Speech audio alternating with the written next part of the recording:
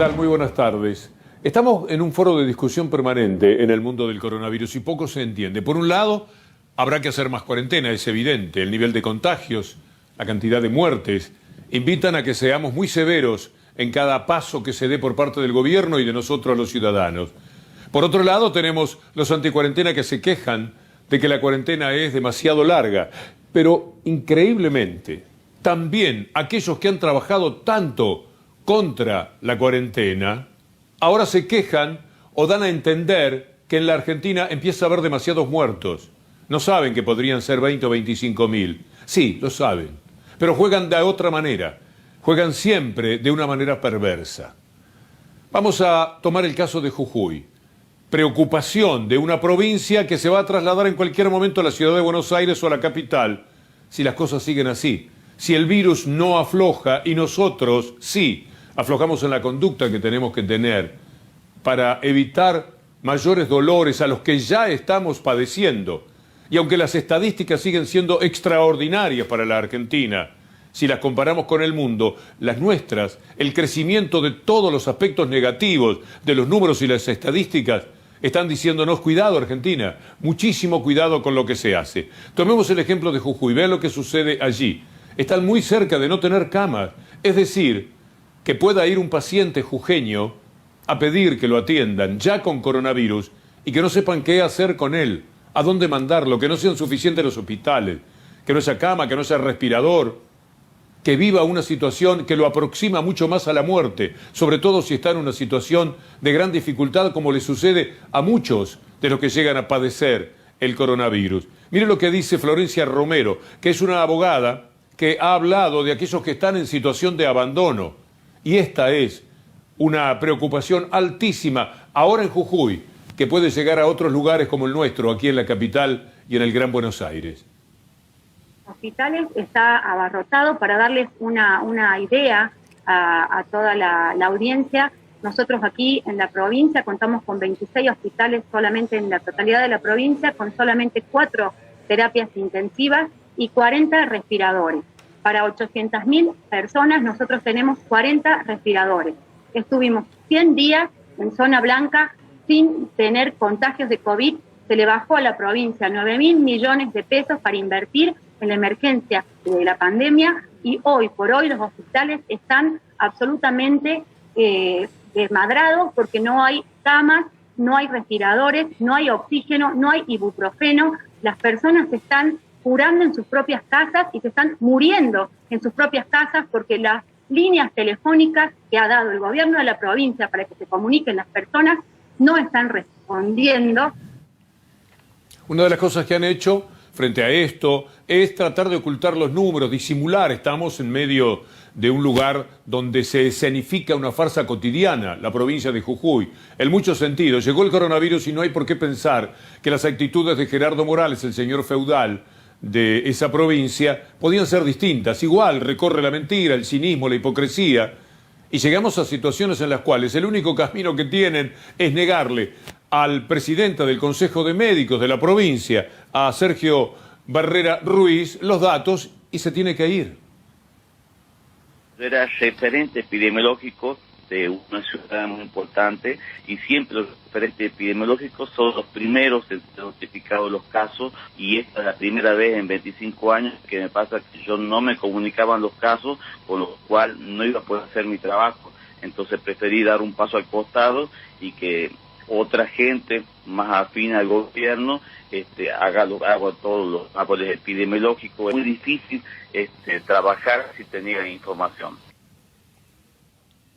Así están las cosas, y no se puede completar la información de la provincia sin escuchar también a Milagro, que desde su reducto, desde su prisión domiciliaria, sigue siendo la que más alienta la posibilidad de buscar soluciones en medio de toda esta situación tan desgraciada. Imaginen lo que es Morales comparado con Milagro en el trabajo social.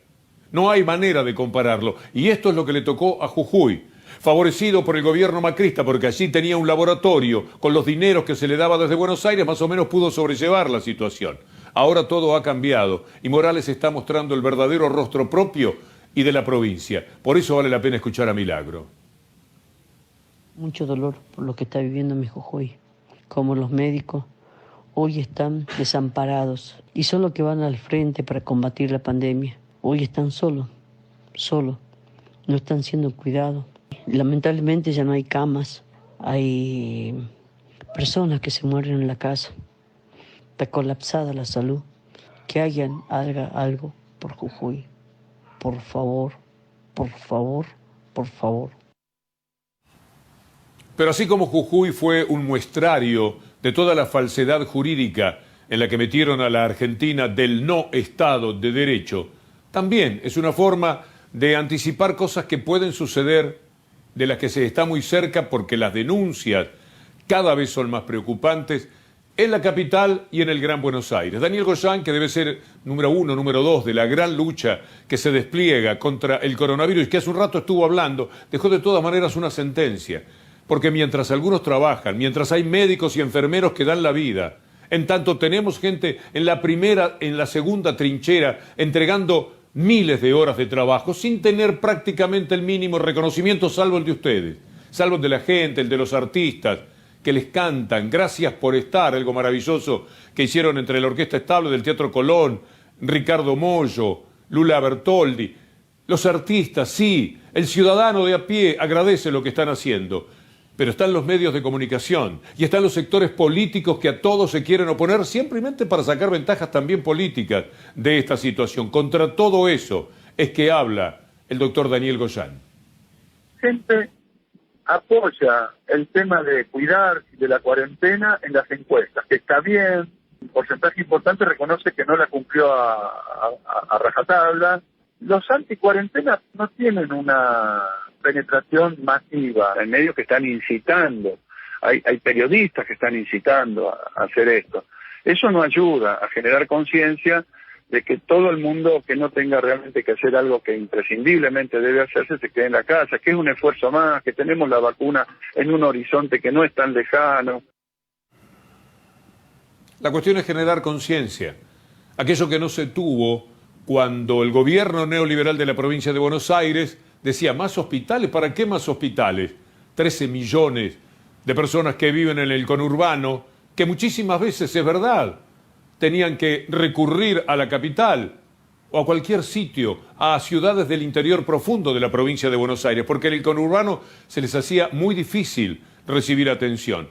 Y ustedes recordarán las expresiones de quien era la gobernadora entonces, más hospitales, no voy a abrir ningún hospital, como si estuviera declamando algo grandioso para la humanidad. Lo hacía con ese énfasis. Ahora Kicillof, en una entrevista de anoche, cuenta todo lo que se ha podido hacer en materia hospitalaria frente a lo que no había antes, cuando él llegó a ser el gobernador de la provincia. La situación del sistema de salud, los hospitales. El otro día inauguramos uno de los hospitales en Ituzaingó, 95% de la obra, 4 años parado. Otro igual, intrusado, con todo roto, porque no lo terminaron. Fue un tema político no terminar esos hospitales, nadie se puede enojar, simplemente que es la realidad y justo nos agarra una pandemia. Yo toda la campaña dije, nosotros tenemos que levantar un sistema de salud que está derruido. Bueno, no esperaba que fuera en 3 meses o 4 meses de una pandemia. Era que yo tenía 883 camas de terapia intensiva para adultos cuando empezó la pandemia y hoy tengo 1950 camas. No solo son contras, son además perversos. Un título hoy en el diario Clarín que es clamorosamente una falsedad. Porque está hablando de Suecia en comparación con Argentina. El viejo problema de aquello que dijo Alberto Fernández, que estaba perfectamente explicado y entendido, pero que ellos lo quisieron tomar por otro lado. Y en consecuencia se comparaba a Suecia, que tiene muchísimo más muertes que todos los países de alrededor, particularmente Noruega, que hizo las cosas muy bien y tiene infinitamente menos muertes que en Suecia. Pero como ahora Suecia, un país de 10.200.000 habitantes, con 5.700 muertos, se detuvo allí, como se detuvo en Italia, en casi 30.000, en España, en Francia, en números siempre parecidos, en algún momento tiene que parar. Nosotros nos preguntamos, ¿cuándo va a parar en la Argentina? Pero allí más o menos empezó a hacerse un poco más lento lo que es el factor muerte. Y esto fue lo que tomaron, para comparar otra vez con la Argentina, como si esto fuera de alguna manera posible hacer. Suecia es un país que tiene 4 veces y media menos la población de la República Argentina.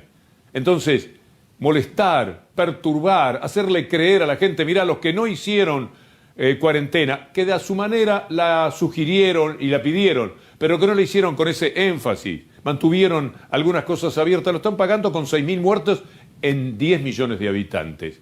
La Argentina no llega todavía a ese número en 45 millones de habitantes y con una problemática completamente distinta. En Suecia la gente no está hacinada como en algunos lugares del conurbano o en algunos lugares de la provincia de Jujuy. Entonces esto es siempre inadmisible. Recordemos que el propio ministro, el responsable fundamental de Suecia, en determinado momento reconoció el error, dijo que se habían equivocado, que hubieran hecho mejor las cosas, que las tendrían que haber pensado mejor. O sea, ante ese reconocimiento, ¿qué tiene que ver esta nota traída de los pelos por la necesidad de seguir discutiendo y seguirle dando palos al gobierno que se deshace en esfuerzos de toda naturaleza para poder paliar la situación?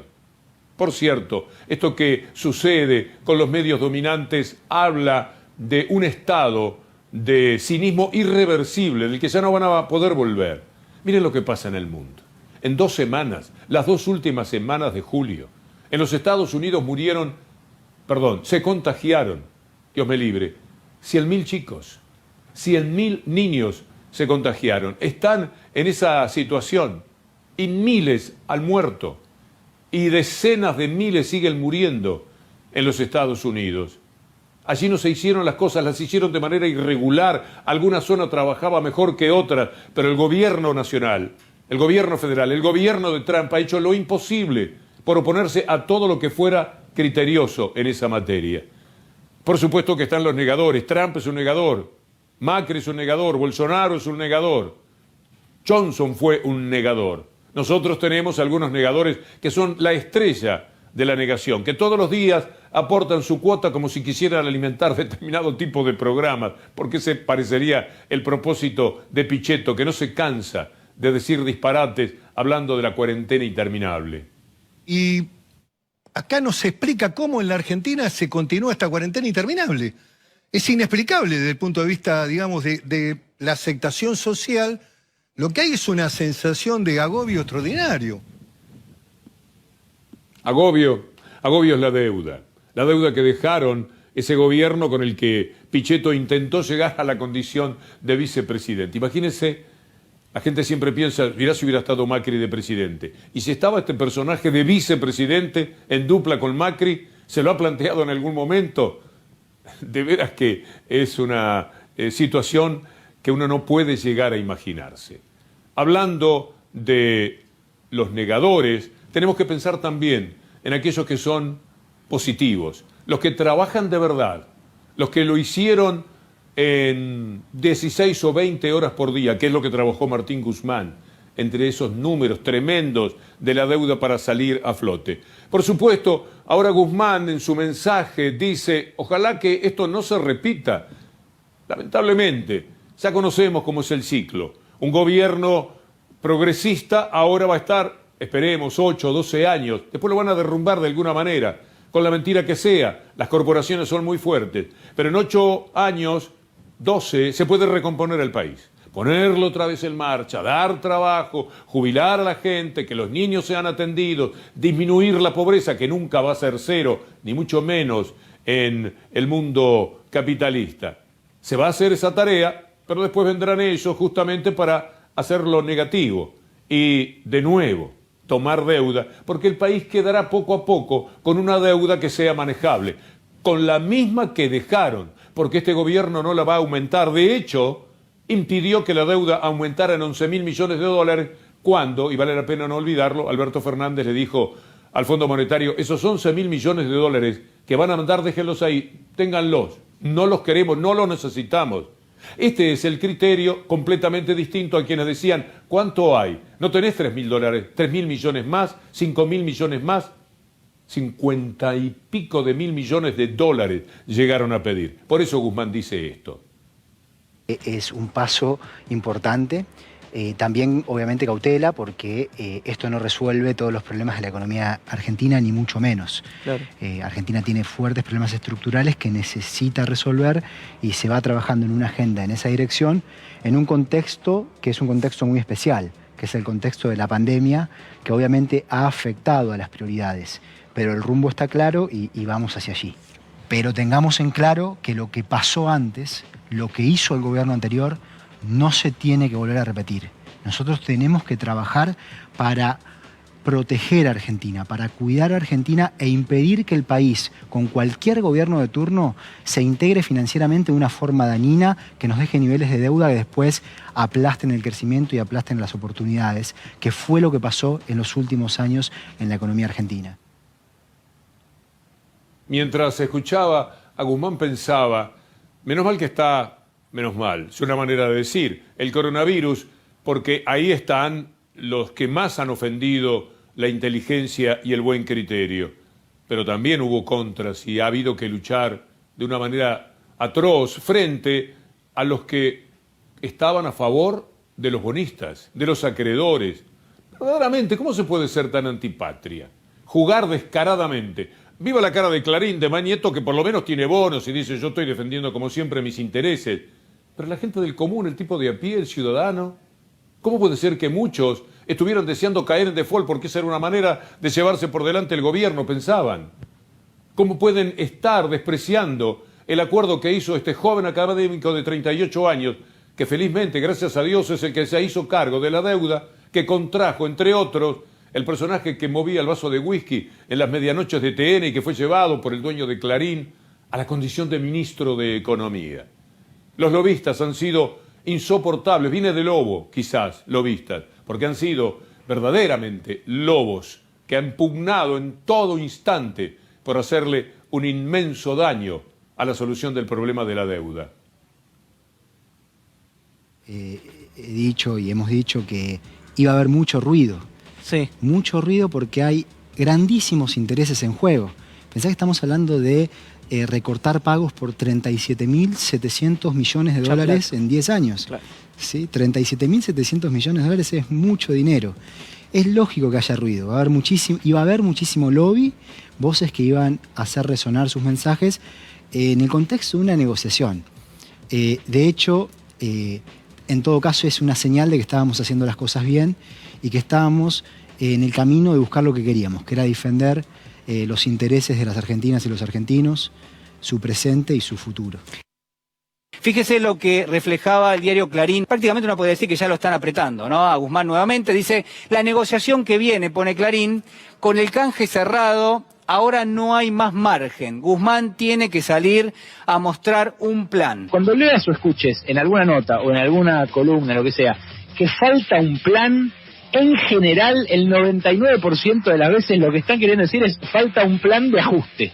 No es que estamos mejor, porque después falta todo lo nuestro. No, falta tener un plan. No hay plan. Queremos plan. Pero llega el momento de hablar de algo que no le gusta tanto al gobierno, que es el plan. Que la Argentina pueda proponer un plan, algo que... Bueno, ¿un qué? Un plan. Básicamente no hay plan económico. La deuda es el mejor ejemplo del no plan. Falta todo lo otro. ¿Qué es lo otro? Bueno, un plan económico. Lo que vas a ver es que aparece el coro de economistas y periodistas económicos que pifian todo siempre, que hasta anteayer decían que Guzmán no iba a lograr cerrar el acuerdo, pero ahora van a venir a decir que ahora hay que ajustar. Lo que votó la gente es no hacer eso, todo lo contrario. Prender la economía, recuperar el consumo, devolver ingresos, restituir derechos. Es bueno quitarles la careta, bajarles la máscara con esto, que es una partecita del gran sobredosis que tuvimos el sábado por la noche. Es necesario, porque usted no puede ver todo al mismo tiempo y hay de una manera absolutamente creíble. Usted tiene la demostración de cómo lo hacen, de cómo trabajan, en este caso a favor de los bonistas, contra el interés suyo. Hay que empezar a detectarlos, a aprender, a saber cuando alguien le está hablando en contra de sus intereses, favoreciendo otro tipo de intereses oscuros, mezquinos, que siempre se llevan por delante todas las razones de aquellos que piensan en usted, que piensan en el ciudadano. Y todo esto se ha hecho en función de la política. Toda la deuda, todo lo que se contrajo después con el Fondo Monetario Internacional y que ahora hay que empezar a discutir, a mí me parece que en un escenario positivo, bueno para la Argentina, por todo lo que el fondo culposo ha venido diciendo. Todo fue un plan político. El fondo no quería darle esa plata al gobierno argentino porque no había persona decente y con sentido común que dijera sí, prestale 50.000 millones de dólares, que ya no tienen un centavo, no tienen un dólar partido por la mitad. Y ninguno de los prestamistas que siempre andan dando vuelta ofreciendo, como el prestamista del casino, al que se va desesperado porque perdió en el juego, ninguno de esos ya le quería dar dinero a la Argentina, entonces hubo que ir al Fondo Monetario Internacional. ¿Cómo se hizo esto? Es muy claro. Se hizo por un interés geopolítico. Trump no solamente hace daño a todos los valores que propugnamos para un mundo mejor, no solo daña muchos aspectos de la vida de Estados Unidos como ahora con el coronavirus, también le hizo daño al patio de atrás, como ellos sienten, que es nuestra América Latina. Mire de qué forma. Sin embargo, yo estaba en el Fondo Monetario y el programa más grande en la historia del Fondo Monetario lo empujamos para la Argentina. Que se haya mal manejado el programa, que no se haya ejecutado bien por parte de Argentina y les haya costado una elección, es una cuestión. Pero debido a nuestro interés en Latinoamérica, peleado contra los europeos, porque yo era que tenía a los europeos enfrente de mí, cuando quisimos impulsamos el programa de asistencia más grande en la historia del Fondo Monetario Internacional para ayudar a la Argentina en su momento de crisis, fueron los europeos que estaban peleados contra nosotros porque no querían ayudar a la Argentina, porque no les interesaba el hemisferio occidental.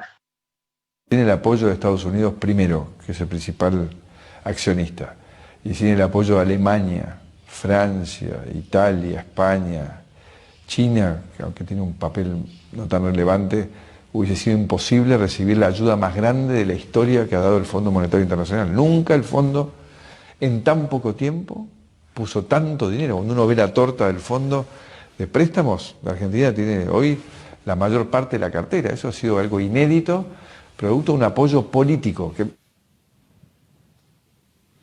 Un apoyo político, de eso se trató, eso le hicieron a la Argentina, entre Trump, Macri, los prestamistas, el fondo.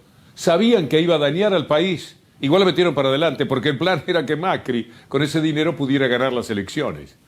Se habrá hecho cosas negativas contra el pueblo, con todo el dinero, con todos los medios, con todo el viento a favor que dan las corporaciones. Igual no pudo ganar elecciones, y no las pudo ganar frente a la persona más vituperada de la historia política del país y posiblemente del mundo. Estoy hablando de Cristina Fernández de Kirchner. Eso es lo que les duele. Por eso proceden como lo hacen. Están desquiciados frente a lo que ha ocurrido el año pasado con las elecciones, porque tenían todo servido en bandeja: el gobierno de Estados Unidos, la plata del Fondo Monetario Internacional, el dinero de las corporaciones, el dinero por abajo de la mesa, los negocios que estaban haciendo. Igual no pudieron ganar las elecciones. Perdieron por buen margen en primera vuelta, además, sin necesidad del balotaje. Lo que quiero decir es que por algo estas cosas nos están dando lecciones permanentemente. Una que quiero que entendamos. ¿Por qué hacía Trump esto, de darle ese dinero a la Argentina? Porque el patio de atrás tiene que estar de acuerdo con Estados Unidos en todo. ¿Qué quiere Estados Unidos? Que sucumba Venezuela, que se hunda si es necesario, para sacar un gobierno que se pretende socialista, que ya va quedando posiblemente lejos de esa posibilidad en la situación complicada en la que está. Usted va a escuchar a un senador norteamericano, le pido que le preste atención, porque oye hablar de Venezuela, escucha muchas mentiras del periodismo dominante, del periodismo liberal. Este es un senador de los Estados Unidos que se llama Chris Murphy, contando todas las verdades que a usted le esconden sobre la realidad de Venezuela. Big play, recognizing Guaido right out of the gate and then moving quickly to implement sanctions just didn't work. It didn't. But all we did was play all our cards on day one, and it didn't work. And it's just been an embarrassing mistake after mistake since. First, we thought that getting Guaido to declare himself president would be enough to topple the regime. Then we thought putting aid on the border would be enough. Then we tried to sort of construct a kind of coup in April of last year, and it blew up in our face when all the generals that were supposed to break with Maduro decided to stick with him in the end. We undermined Norway's talks last summer, and then this March we released a transition framework that frankly is almost a carbon copy of the very one that was in front of the parties last year. And now, after wasting all of this time, we are stuck with elections about to happen that, as we have talked about today, Guaido and the opposition refuse to enter. And then we are going to be in a position where we are recognizing someone as the leader of Venezuela who doesn't control the government, who doesn't run the military, and who doesn't even hold office. And we don't do this in other places. We just have to be clear that our Venezuela policy over the last year and a half has been unmitigated. Lo que duele, lo que perturba es vivir hundidos en la mentira. Es decir, nos tienen. Esta es una mentira internacional. Y después están las mentiras locales, con las que nos hemos acostumbrado demasiado a vivir. ¿Usted se acuerda del dólar futuro? De la causa que lanzaron contra Cristina Fernández de Kirchner entre políticos, medios de comunicación y el juez Bonadío. Mire lo que ha pasado. Mire este fin de semana lo que escribe Ámbito Financiero. Lea conmigo.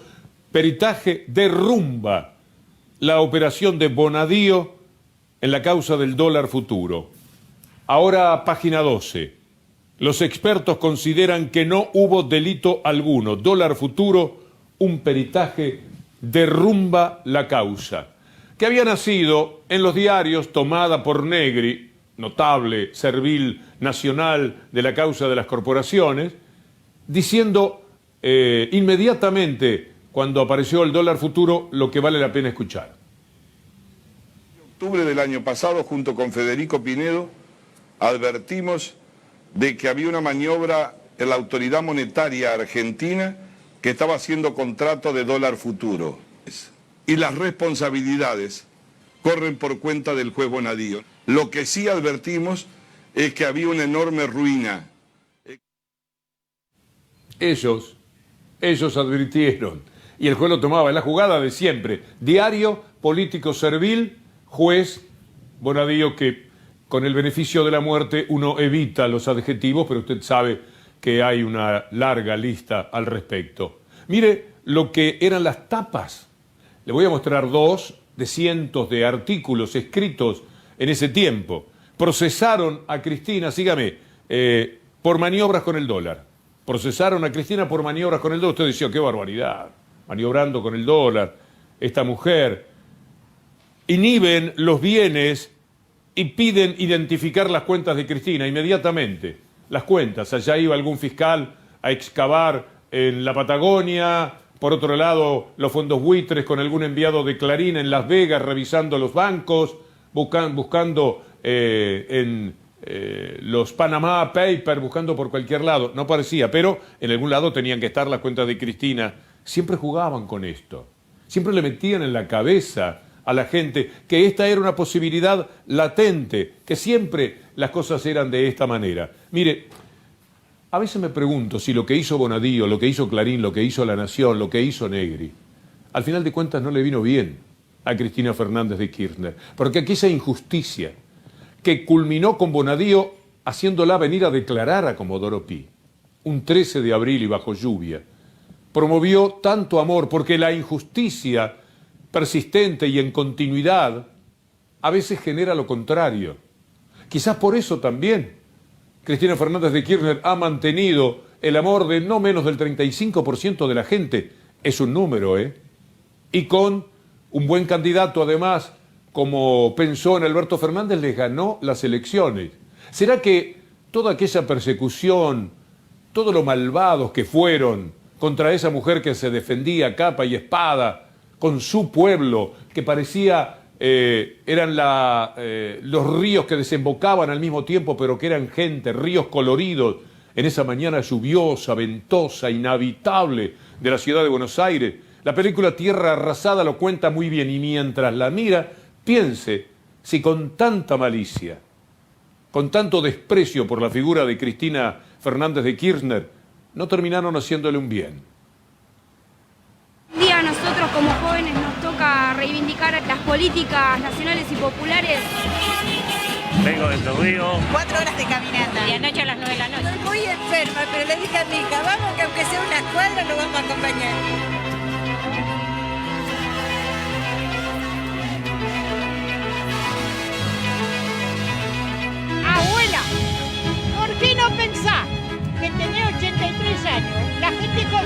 le importa 3 pelotas. Yo vengo. Muchas gracias por este regalo que me dan de bienvenida y de amor. La única responsabilidad que siento sinceramente como militante política es ayudar a que mis compatriotas vuelvan a vivir un poco mejor. Los quiero mucho. Pero soy creyente. El sol siempre sale.